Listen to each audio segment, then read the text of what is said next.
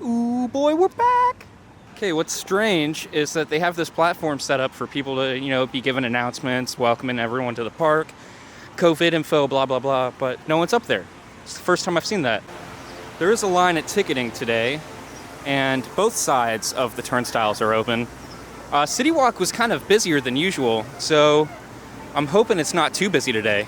There was no line to get through the gates, but what was interesting is as soon as I went through, this other side closed down. So, I don't know. Still hoping it's not too busy today, but either way, the adventure begins. Alright, it is ridiculously hot out today, but it seems like they have the stores pumping AC because I'm just walking through port of entry, and it's like, you can feel the AC just pouring out of these buildings. It actually feels really good, but it's kind of crazy. The anticipation for the roller coaster is building. Oh my goodness. There it is. You can just see it peeking out over the trees. Even since our last update, they have done a lot of work. You can't really see too much straight up in the front here, because that's been pretty much complete for a little while now. But over to the left, towards the first half of the roller coaster, wow, you can see from here just how much they've done. They finally got the first element in, which is an Immelman, which is the one the furthest to the left of the screen. And then on the right-hand side is the second element, which you'll be going straight into after the Immelman, and that is a dive loop. The beginning of this ride is going to be awesome, and it looks amazing just from here. One of the things that I love about this coaster is just how symmetrical it is. It seems as though that the majority of the work that they're doing outside of the front of the Discovery Center, though, is primarily theming. It looks like they're doing a lot of work on the water feature that is supposed to be going in right behind that Heartline roll in the front, kind of right where the track dips down after the top hat. Unfortunately, there's not too many angles that we're going to be able to get from out here, so let's go to the other side of the park, see what we can find. But first, I want to show you kind of some of the wait times for the rides, so you have an idea of just how busy it is today. Because it seems like it's a little bit busier than it normally is. Unfortunately, the Hulk is closed, but as you can see, wait times are a little bit longer than they normally are, but still relatively not too bad. It's a good day to be here. I'm excited to get some rides in.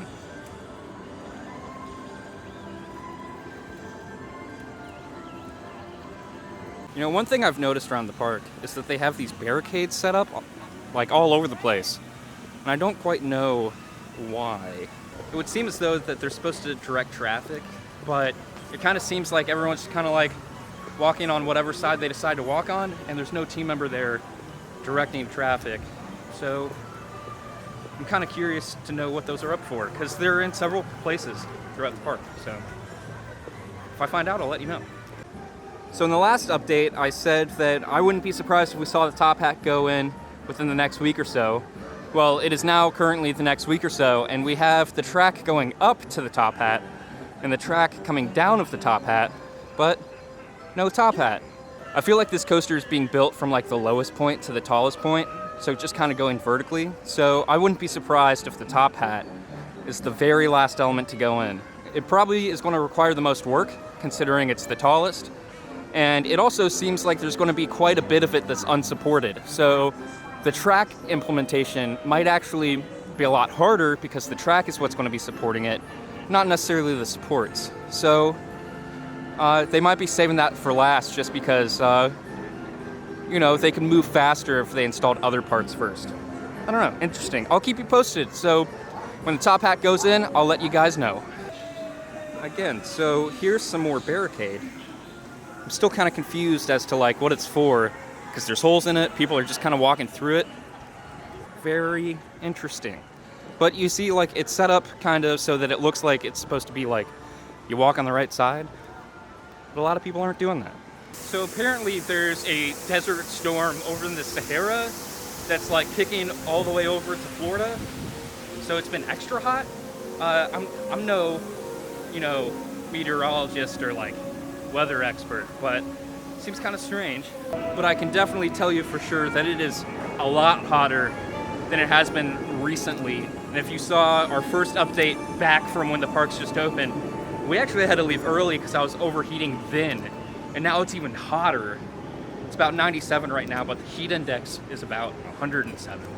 So, wow, like, I am literally dripping sweat. You could probably see it in a few of these clips that, like, there's literally sweat dropping off my face. Like, I touch my forehead and my hand is soaked.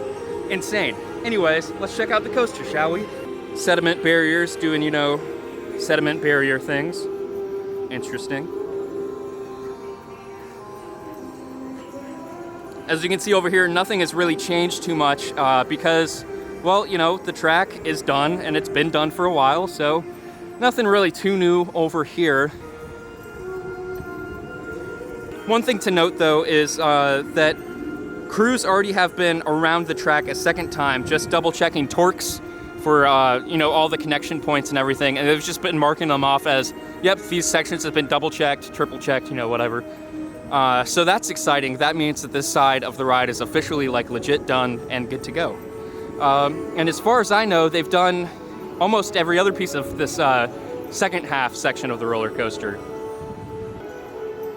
But now, punching in just a little bit more, you can see a good amount of that roller coaster through that building that they're building right now. And I believe that this is going to be the maintenance barn, and then the building to the right of it, which is kind of hard to see right now, that's going to be the station and, like, the pre-show areas of the ride.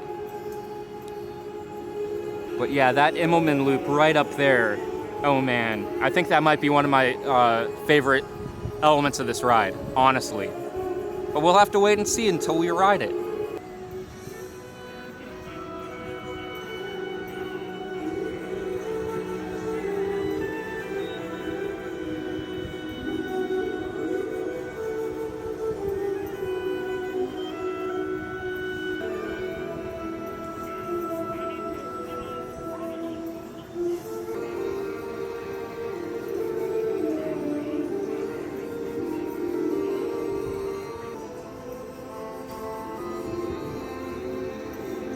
Again, there's not too much to report on the front parts of the ride. So the second half of the roller coaster, which is like the parts that, again, right there, stand out in the front.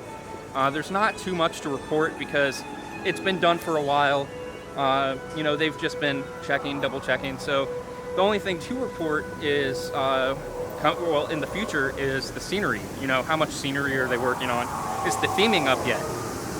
And as soon as we... Wow, you can hear the troll under the bridge. Which, by the way, if you didn't know, this bridge right here, there's a troll that lives under it. And that's what's groaning and creaking. Hagrid's, even though it's a virtual line, the line still goes all the way through Lost Continent. This is actually kind of insane. And what's concerning to me is social distance what? Literally nothing. Not only does it go all the way through Lost Continent, it also goes all the way back to the Sinbad show, loops around. So we're not even seeing half the line right now. And this is supposed to be a virtual line. That's absolutely crazy.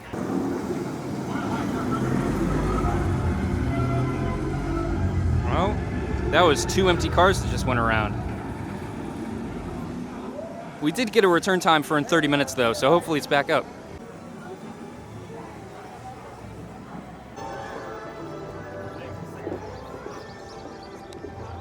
So overall, I've been really impressed with the way Universal, just in, you know, the last few weeks to a month, has really handled the whole COVID situation.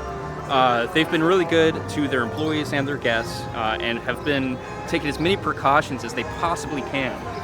However, the one area that I do see an issue with is Hogsmeade. You know, every time I walk through Hogsmeade, I always kind of feel a little insecure about, like, should I be here? Just because Hogsmeade being such a popular section of the park, there are people everywhere. Like, it's just cram-packed, you know. If you've ever been here, if you've ever seen pictures, you know what I'm talking about. And even with the park being a lot more dead with limited capacity, it's still an issue. You know, it's still really packed in there because everyone just gravitates there, and you can't really limit capacity, I guess. I don't know. I don't know how they would fix that, so I can't really hold it against them. However, I feel like they could be doing something. I feel like one of the biggest issues is everyone wants, like a butterbeer or something. And how do you drink a butterbeer with your mask on? You can't. So everywhere in the park, they've been doing a great job with, telling everyone, hey, keep your mask on.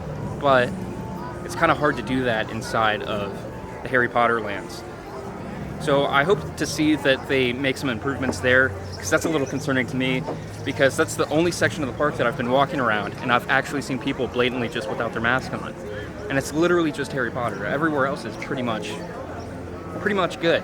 I mean, Lost Continent's a little busy because the queue line for Hagrid's goes through there.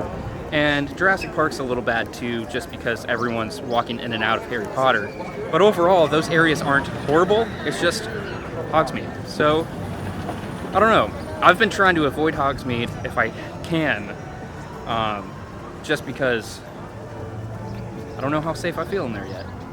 Let me know what you think, though. However, on the other side of this bypass bridge, you get some great views of the Jurassic Park coaster, as well as the Hulk.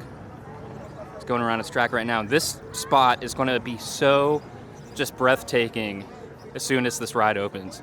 Because over here, you'll be able to see Jurassic Park, you'll be able to see the Hulk running at the same time, and then you just turn the corner. Well, you don't even have to turn the corner, you just turn around, and you have the whole Hogsmeade Castle. It's going to be absolutely stunning. The flames for the Jurassic Park sign, though, or the arch, haven't been on since the park opened again. I don't know why they don't have them on. It just seems kind of strange. They always have them on. Huh. However, back here, just underneath the arch, construction for the lockers for Harry Potter, or the Forbidden Journey, my bad. Still kind of null and void, like no work has really been done since the park reopened, which is kind of crazy, but I have a feeling they diverted all their efforts to the coaster. Over here by the bypass bridge, where all the construction's going on, it's one of the last few remaining places in Jurassic Park that still has shade. And I don't know, I love this section of the park. I've always loved Jurassic Park. It's always so beautiful. The music, I mean, come on, the music. And this is one of the only remaining sections of Jurassic Park that hasn't been touched by the coaster. And I don't know, this just makes me miss it a lot more. Well, let's check out this coaster. We are actually right underneath the stall going into the helix. Let's get a look. For the stall, you'll be coming from this direction, and you'll just be flying. And the stall's supposed to last about 3 seconds, where you're just hanging upside down, before it flips right on and over to its side and goes through this helix at an insane speed, hence the reason for the double spining on the track. We've shown you this before, though. This is nothing new. I'm just excited, so I want to show you again. All right, we've got the Discovery Center, which is also the Dino Store and Burger Digs. And wow, look at that coaster when you turn the corner. You got a perfect view of the Immelman going straight into the dive loop right here. It's just so beautiful, I can't wait. And of course, a lot of work is going into, I believe this is going to be the pin and the electric fencing. So basically the theming for the coaster. But I believe this is going to be themed to the Raptor pin. I'm talking about these supports right here. A lot of work on these buildings is going into place now because the coaster is pretty much all the way completed except for that top hat. If I'm not mistaken, I do believe actually the entire coaster's done except for that top hat. So hopefully that top hat will go in anytime soon now. But yeah, they're working hard on these buildings. This building here is going to be the first showroom for the coaster. So basically you'll pull straight out of the station and go right into this building, which is where the first element of the show is going to be. And then from there, you'll pretty much be blasted right off into this Immelman, and then all the way up into this dive loop.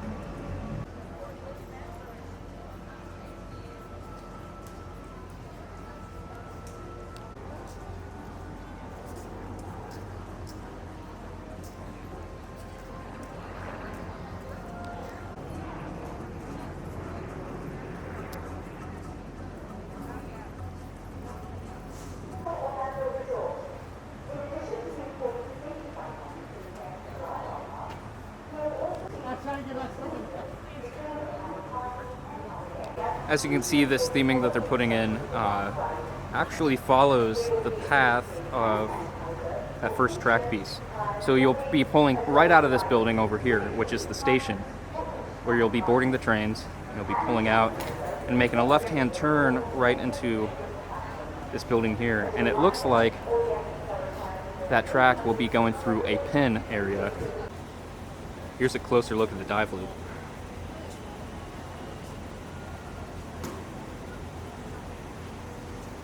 There you can see a closer look at the supports for the scenery. That's where you'll be entering the building. And off in the distance you can see the supports for the top hat.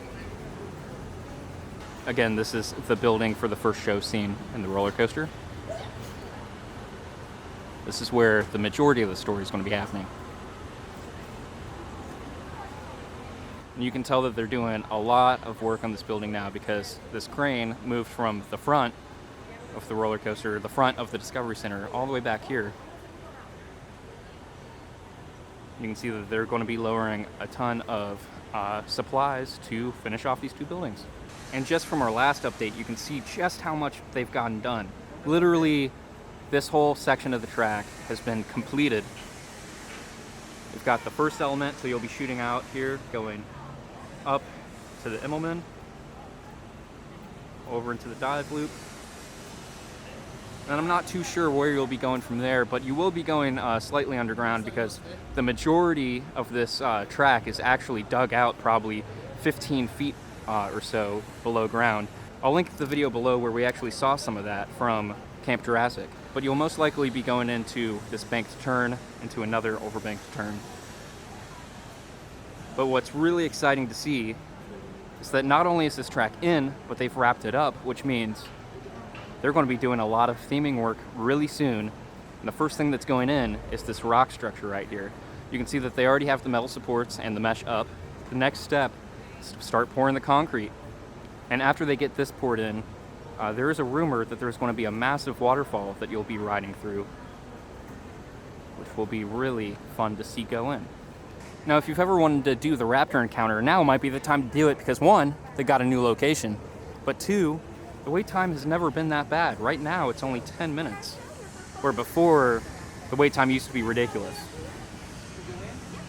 But the new Raptor Encounter looks really great. As sad as I am that they opened up this area and took out all these trees, this coaster is going to just add so much kinetic motion to this area, especially now that you can see the waterfall over in Camp Jurassic.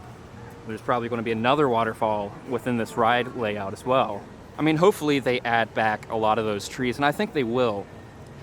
But I feel like this coaster is just going to do so much to this land, and it's much needed. But man, it is ridiculously hot out today, and in Jurassic Park now there's no shade. So I'm going to go try to hide and cool off, maybe get a ride on the River Adventure, which I'm passing now. We'll see what the wait time is for this. No promises. I don't know if I want to get soaked, but it is hot. So I'm going to do something about that because I'm cooking. The wait time says 35, so you know, I think I'll go in, see what the wait time actually looks like. I'll let you know. Either way, the shade just feels amazing. It's literally a 20+ degree difference. Like, wow, wearing black was not the move today. It was not the move. Oh man, Jurassic Park, what a good ride. I love the River Adventure. And you know, ever since they did the refurb, but I think even since the park shut down, which were two separate events, I feel like that ride's gotten so much better. Like, I feel like every single effect in that ride has been fixed and turned on, except for some of the like spraying effects because COVID. But like the animatronics look fantastic. The scenery looks fantastic. Inside of like the drop building, they added some stuff and it looks really good.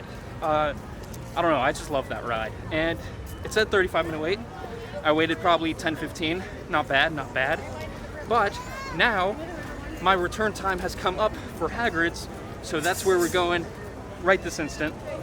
We'll be back for some more coaster updates, and as you can hear, it sounds like they're doing some work right now, so we'll see what they're up to in just a moment. But first, Hagrid's. You know, priorities, right? Even though we're riding Hagrid's, Hogsmeade is not our destination, unfortunately. we're going to have to go all the way to Lost Continent. So I'm hoping the line's not as long as it was the first time. Oh man, I am so excited for Hagrid's. It's going to be so good. Oh, never mind. You know, she might not be Hagrid's, but she's still a fun ride, especially if you're the only person like in your car section, because with one person, it throws you, man. I was being slung around. It was kind of crazy. You know, it actually kind of makes me laugh that I said that about that coaster, because, you know, it is a kiddie coaster or whatever, but I was in the front row. Literally, I was the only person, like, I wasn't sitting next to anyone. And because I was in the front, when it went around a corner, it, like, pushed me through that corner. And it, like, flung me to the other side of the car. It was just kind of crazy. Kind of crazy. But this time for real. Let's actually for real do Hagrid now. All right, it might be Lost Continent, but we are in line for Hagrid's right now. Let's see how long it takes. They have us walking all the way back by the old show. It was called The Seventh Voyage of Sinbad. But this theater's kind of been empty for, I don't know, a year and a half, something crazy like that. Every now and then they'll use it for like a U-stop kind of rest area, or for a line like this. To kind of show you where we're at, right on the other side of this fence is the station for the Hogwarts Express. And just on the other side, you can kind of hear in the distance, is Hagrid's. But we're still quite a ways away from Hagrid's. So, I don't know, let's see how long it takes for us to get there. Alright, pardon me, but I'm going to flex just a little bit here. I just got off Hagrid's, not once, not twice, not 3, not 4, but 5 times. And it only took me 15 to 25 minutes every time. So we're only like 2 hours after the fact. And I did it 5 times. Excuse me, but like what? Just like the week that this park closed, so not too long ago, this ride had 4-hour waits. And now it has like 25-minute waits. Man, I'm just saying, but I really am loving this virtual queue line. So as of right now, they're not letting anyone behind the 3 broomsticks to get any views of the coaster, which is interesting because they've never really been monitoring that before, but now they're only letting people sit back there, go back there if you're actually being waited on for 3 broomsticks. Even if you're not grabbing a table and you just want to look at the coaster, they're still not going to let you back there, which is very interesting to me. I don't know why they're doing that, but anyways, I've shown you everything you need to see back there anyways. Nothing new has changed since the last 3 updates that we've done. So if you want to see what it looks like back there, check out one of our older videos. Again, link below. So jumping back to the subject of Hagrid's, going up to it for the first time, I was a little concerned. You remember at the beginning of the video, I was like, whoa, this is a line. Not only does it go all the way out through the front of the queue, but it also goes all the way through the lockers, because you got to get lockers, and that's a big bottleneck point. But then it, after the lockers, goes all the way through Lost Continent, and that's just kind of crazy. I was like, this line is going to be ridiculous. But the fact is, Hagrid's has such a huge capacity because it has so many launches, and each launch is a block break. And then there's another few block break sections in the ride that aren't launches. So that ride can hold, I believe it said it could hold 11 cars at one time going around the track. And that's ridiculous. Most rides hold 3 or 4 at most, you know? So the fact that it's able to do 11, and now I don't think it ever actually runs to full capacity of 11 cars. It probably runs 7 or 8. But still, 7 or 8 is a huge number for a roller coaster. So that ride, and the fact that it never actually stops, because when you board, it has a moving walkway, kind of like Rip Ride Rocket. That just means that this ride takes people and takes people and takes people. So even though we were all the way backed out to the front, the line never really stopped for more than like 5-10 seconds, you know? So for the most part, we were just walking through the queue until, hey. Q is for Quan is for quandary. We were walking through the quandary. But really, we were just walking through the queue line until we got to the front with maybe, 5-second stops here and there. But really, we were just going through it, which blows my mind. So Universal, really good job on your virtual queue lines. Disney, you got to do better. Universal's kicking your butt in the virtual queue line area. Good job, Universal. I do feel like I need to clarify what I said about Universal doing a better job than Disney when it comes to their virtual queue. The reason why I say that is because, virtual queues, fast passes, so a virtual queue would be like Rise of the Resistance at Disney. And then a fast pass is just, the regular fast pass. But the reason why I say Universal's doing it better right now is because, especially with fast passes, you have to book them 30 days in advance. But if someone is staying at a hotel, they can book them 60 days in advance. So if you're not staying at a hotel, for some rides, it's actually really hard to get fast passes for. Like the newer rides. And it means that you can't just show up to a park, like on your off day or whatever. You can't just show up and expect to be able to ride rides without waiting for a really long time. It's really problematic, and people have been complaining about it for a long time. But it's also the same thing with like Rise of the Resistance, for example. They have a virtual queue, but they have all of their queue passes or boarding passes going up at the very beginning of the day. So if you're basically not at like the rope drop of the park, then you're not going to get on that ride, which really sucks because, what if you're doing multiple parks that day, or what if, you just show up but you're there at 10 o'clock instead of 7 o'clock? Well, you're not going to ride. And what Universal's doing so great with Hagrid's is it's almost like the old school fast passes that Disney used to have, except digital. So instead of dishing them all out at the beginning of the day, they instead dish them out periodically. So it doesn't matter what time of day you get here, you still have a chance to ride the ride, and you actually have a chance to ride the ride more than once. With Rise of the Resistance, if you got a boarding pass at the beginning of the day, you're only going to get one boarding pass because they're going to sell out like in 5 minutes. So that's kind of a big bummer. But with Hagrid's, you can ride it once and then check the app, see if there's a boarding pass or a virtual line pass. And if there is, you can take it and ride it again and ride it again and ride it again. And I believe it's a fair system because if you are at the park, you have just as much of a chance to get a pass as the person next to you or the person on the other side of the park. It's fair game. It's not like they all just go at the first second of the day. I don't know if that makes sense. You should let me know what you think of the virtual queue, the way that Disney does it versus the way Universal does it. Which one you like better and why? I would be curious to know. I feel like I'm more on the side of the way Universal does it. It makes more sense to me. And it feels more fair. And honestly, I hope Universal takes this system that they've been working hard to perfect.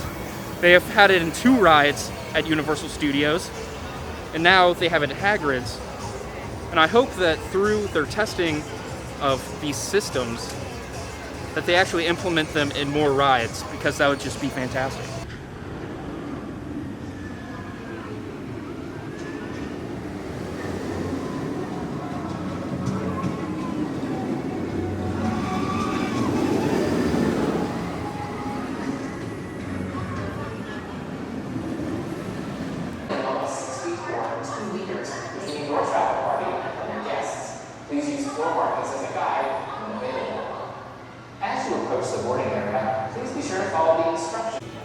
Alright, so I just got off of Spider-Man, and when I got on, the queue line was spilling out onto the midway. It was kind of ridiculous, but the wait time said 15 minutes. And surprisingly enough, with the queue line literally filling the entire building and then some, it actually was 15 minutes. But also one more important thing to note, the last time we were at IOA, I brought up the fact that I didn't see anyone actually spraying down vehicles or anything. They just gave you hand sanitizer and said, good enough. And that caused me to do a whole separate video where I questioned, is Universal even safe at all? And if you haven't seen that video, I'll link it down below as well, because I think it's an important video to watch if you're contemplating coming to the parks. Well, you know, right now, just everyone's health is very in question, right? Like, you walk next to someone and you're wondering, are they safe? Like, are they healthy? Are they sick? And, you know, there's only so much a theme park can do to decide if everyone in the park is safe or if they're not. And for the most part, I felt that Universal has been safe. And the reason why I bring this up is because this is the very first time I've ever seen Universal actually spray down their ride vehicles after I got off. So Spider-Man, whoever was working this crew today, good job. I appreciate it. I respect you. I got off and they had a spray bottle and they're spraying down every ride. I wonder if they heard people's feedback saying, hey, you were doing this when you first opened and then you stopped. Why'd you stop? So it's good to see that they're doing it again on a ride like Spider-Man. Went on Jurassic Park and they weren't doing that. So, yeah, I don't know. At least some of the rides are doing it. How does that make you feel down below? Like, leave a comment down below. Let me know how that makes you feel. You know, on every ride, I feel like, you know, giving you hand sanitizer is pretty much good enough because, you know, like, I don't know. It just makes sense to me that you all have hand sanitizer. That should be good enough.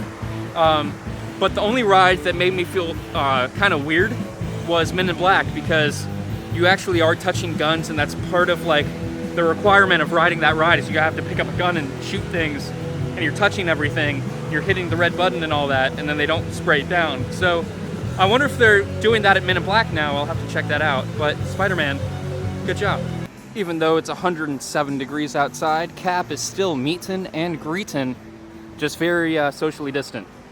Look at Cap being so heroic and whatnot. All right, we are finally in Toon Lagoon, which means only one thing.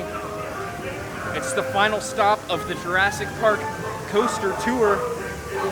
Let's see what all is new that we can see and find over in the front.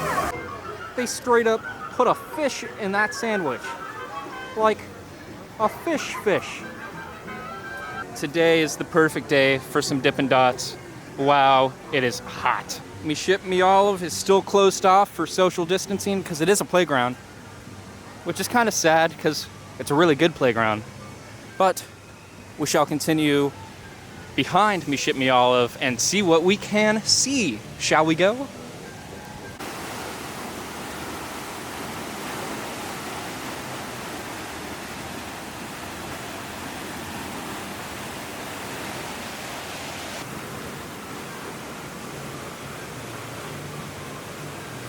Oh man, the water splash from the boat's not going off today. Lame. I spot a wild Immelman.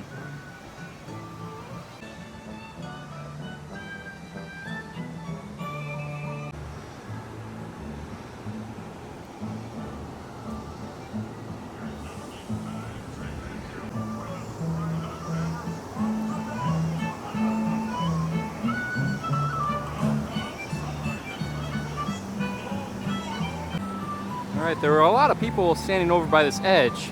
That can mean several things, of course, but it could also mean that they're doing work on the launch section. Hopefully, fingers crossed. That would be cool to see more of that get done. Of course, the track is already installed in that major launch section. That was the first pieces to go in, actually. But, I don't know. Maybe top hat work, maybe? Please. Now, unfortunately, I'm not seeing any new, like, track or support pieces out here, but I am seeing a lot of piping for electrical work, plumbing, and I don't know, seems about it, but hopefully some more theming in this area coming soon. It seems like they're doing a lot of theming work on the other side, which I showed earlier in this video. Seems like it hasn't gotten quite to the back yet, but I wouldn't be surprised if they get all of their electrical and plumbing done first and then work on theming. That's usually how it goes. So it's actually kind of interesting that we're as far along as we are in the theming stages on the front half. And it's getting harder and harder to see as they put more stuff up. But this is the boarding station for the roller coaster. So you'll board on this side and then the train will dispatch out that way. circle back around, and then go into that second building that they're building right behind this one. But again, slow news to no news when it comes to what's going on up front here. They're really pretty much done with the track here. So we won't see very much work going on up here for probably a few weeks. And then they'll do a lot of work on theming.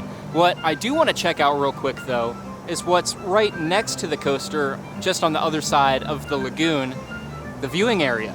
Now we know that they're building a viewing area right next to this bypass bridge, and it's going to serve two purposes. One, so we can get some amazing views of this coaster as it just flies through these sections. But also, it's going to be a viewing area for the nighttime spectacular show, whatever they decide to call it, for the Hogwarts castle at the end of the night. Right now, they're not doing anything, but before the park closed, they were doing the dark arts show. So when that returns, I'm not quite sure. And when it does return, what it returns with, is it the dark arts? Is it something else? Still, no word. Not even rumors, which is very interesting. But it's good to see that they are doing some work. They've got some tarp down. That's to protect the shoreline and the water from getting too much sediment. But they are doing quite some work over in that viewing area, which is good to see.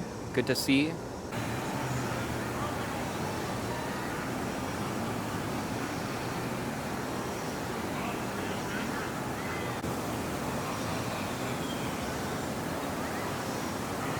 It seems as though all of the ledge work has been completed, which is good because last time we were here, they were still working on these. They look good. Hopefully, now I very highly doubt that there'll be guest traffic down here, but it looks as if there might be a pathway connected to these. It's definitely themed for something like that. So fingers crossed, I'm hoping we are allowed to walk down here, because we used to be able to walk down here before the coaster got put in. And I'm hoping we still can, but it's very unlikely, especially knowing Universal and their policies with roller coasters and guest pathway and all that sort of stuff. Maybe they'll install a whole lot of nets. I don't know if that's a good thing or a bad thing. I don't know. Again, let me know your thoughts down below. Nets? No nets? Honestly, I kind of do want to get close to this roller coaster in person, like walk down here. So we might need nets. What do you think?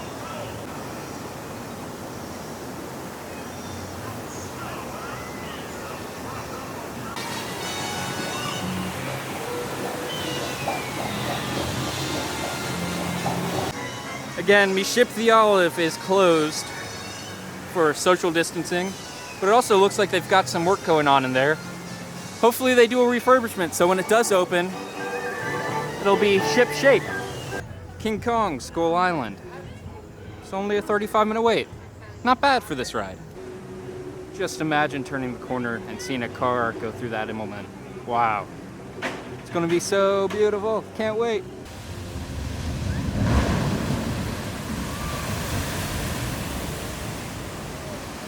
Man, the amount of wind that comes off that boat when it goes down, man. You're standing right there and it's just whoosh. It's amazing. And that splash is just iconic too, honestly. Come on. There's really almost no place in the entire park where you can't see this coaster. It's a good thing she's a pretty one, right?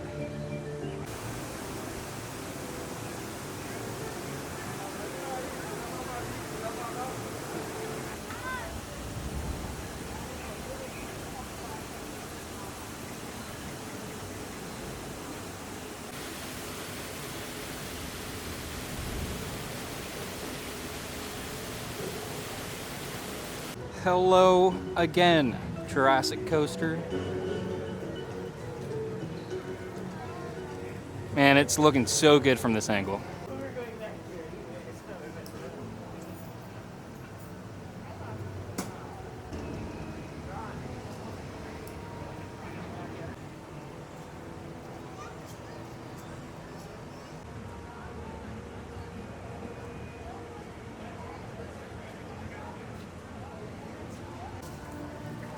It's really interesting to note that the supports here are all wrapped up, but not the track, where over here, the track is all wrapped up, which means there's probably going to be some extensive rock work that goes in right here, and I would imagine that this is the spot where that waterfall is going to be.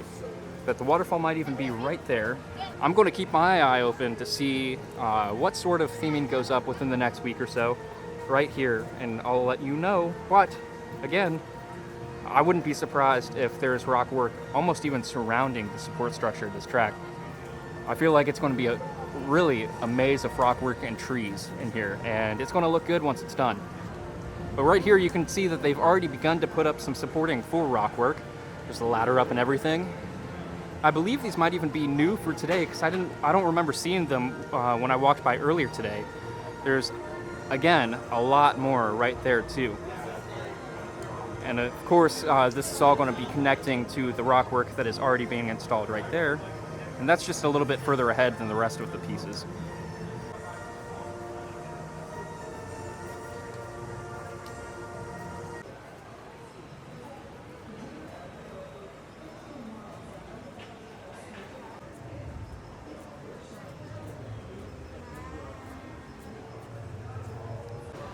Oh, further up I can see that they have a lot of piping in right here.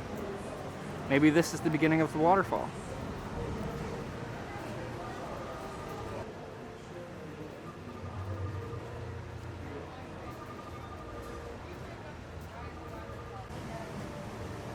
This bit of theming right here lines up perfectly with the launch, which you can tell because this design here in front of the Raptor Encounter right there, lines up perfectly directly with the launch.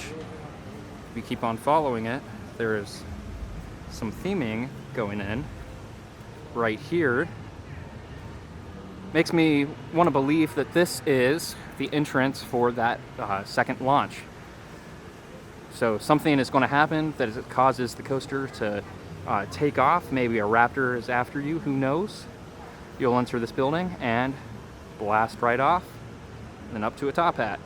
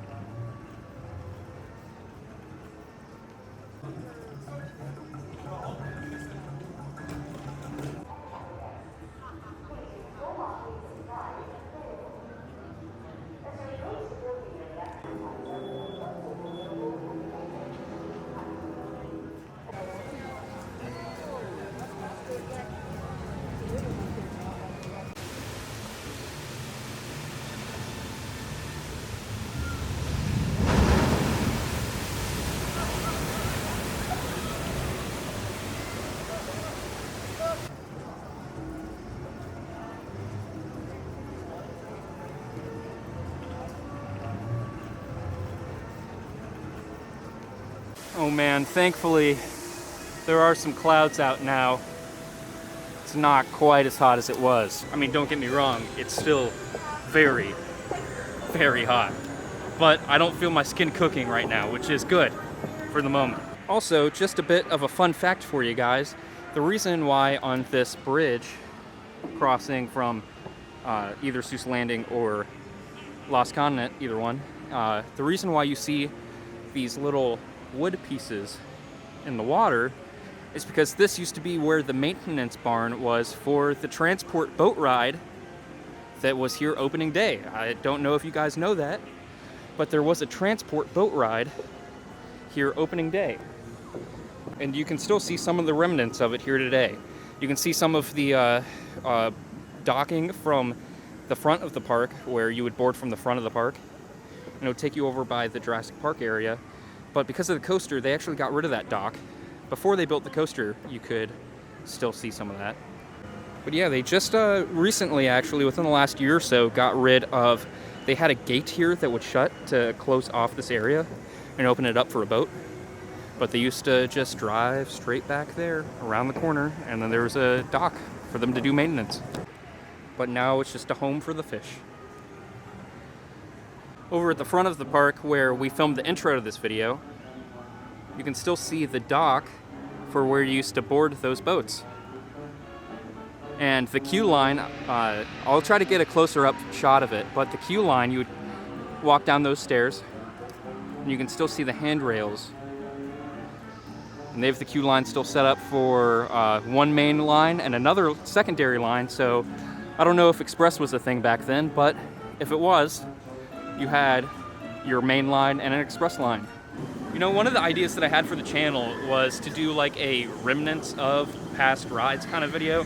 You know, like go to some of the sites of older rides and attractions and see what we can find. See if there's any remnants of those old rides.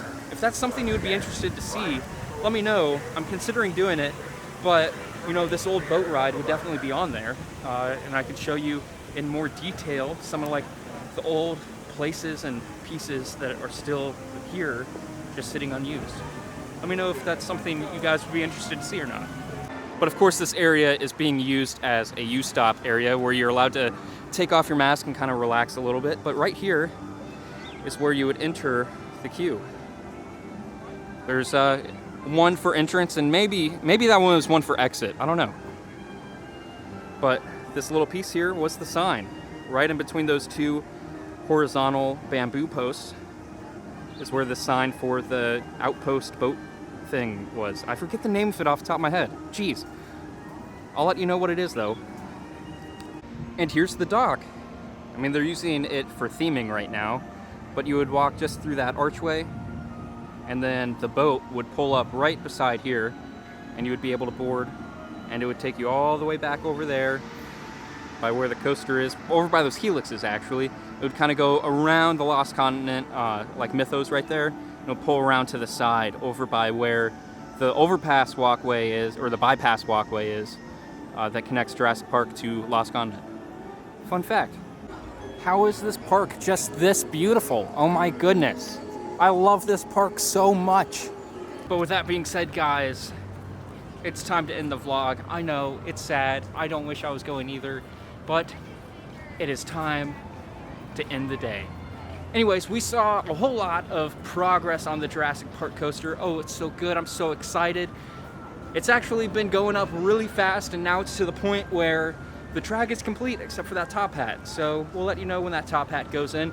We're seeing a lot of work going on with theming and a whole bunch of other electrical and water and everything, and it's so exciting. The coaster's like totally not almost done, but it looks like it is, right? It's still exciting. Anyways, I was really glad to see that today, even though cases in Florida have gone up for COVID, I was still glad to see that everyone was, you know, at the park, but still, wearing their face covering, using hand sanitizer, all that stuff. And the employees have been doing a great job with making sure that everything is enforced that should be enforced. So, personally, I feel safe. But if you have any questions about that, again, I linked the video that I did last below that was all about if Universal's safe, their precautions and stuff with COVID, and I kind of go into detail about that there. So you can check out my thoughts there, and if you have any questions, maybe I answer them there. So again, that's down below. But guys, if you enjoyed today's video, please be sure to hit that like button and also be subscribed. Hit that bell notification so you know when we drop more videos. But just a simple like goes a long way. It helps our videos get out to more people so that they can enjoy the magic of Universal and theme parks in general. So guys, hit that like button. I know you can do it. You can do it. I believe in you. But anyways, that is it. It's time to end. But hey, remember, the adventure lives on.